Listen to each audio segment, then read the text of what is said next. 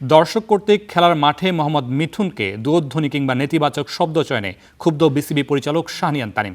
সমর্থকদের করতে বলেন আরও দায়িত্বশীল আচরণ। তবে বোর্ড পরিচালকদের অযাচিত মন্তব্যে হতাশার সঙ্গে লুকাননি নিজের বিরক্তি। বিসিএল এর রাজশাহী বগুড়ার আউটফিল্ড নিয়ে সন্তুষ্টিও ঝাড়ল তার কণ্ঠে।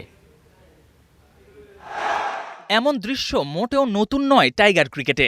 কখনো শান্ত মিরাজ লিটন কিংবা খোদ সাকিব তামিমও খেলার মাঠে দর্শকদের দুয়োধ্বনি শুনেছেন ক্রিকেটাররা, কিন্তু অধিকাংশ ক্ষেত্রেই তার মাত্রা ছাড়িয়েছে।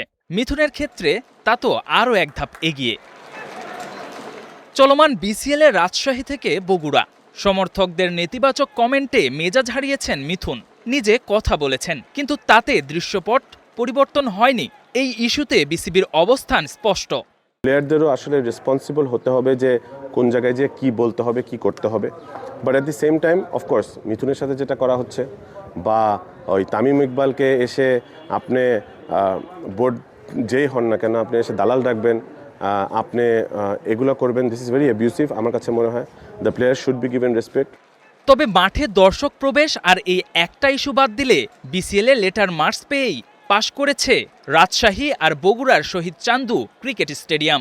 যদিও ড্রেনেজ ব্যবস্থা নিয়ে আছে প্রশ্ন, যা ঢেলে সাজানোর অঙ্গীকার এই বিসিবি পরিচালকের।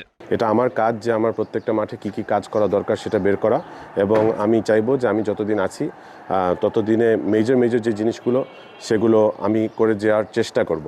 তবে বিসিবির বর্তমান পরিচালনা পর্ষদ নিয়ে আক্ষেপও আছে শাহনিয়ান তানিমের। বোর্ড কর্তাদের অযাচিত মন্তব্যে বিরক্ত তিনি। আপনি যখন ইলেক্টেড হয়ে যাবেন অ্যাজ এ ডিরেক্টর, তখন আপনার ফোকাস কিন্তু থাকা উচিত একমাত্র যে আপনি বাংলাদেশ ক্রিকেট বোর্ডের ডিরেক্টর, আপনাকে একটা স্পেসিফিক জব দেওয়া হয়েছে এবং এই জবটাই শুড বি ইয়োর পারপাস। বাইরে কে কি বললো এটা বলতেই পারে। অনেক ডিরেক্টররা হয়তো নিজেদের জায়গা ছেড়ে হয়তো অন্যের ডিপার্টমেন্টের কথা বলতে হয়তো পছন্দ করেন, বাট আমার কাছে মনে হয় এটা not necessary.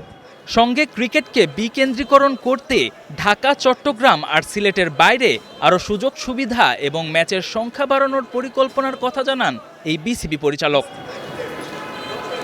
KM Sony, star news.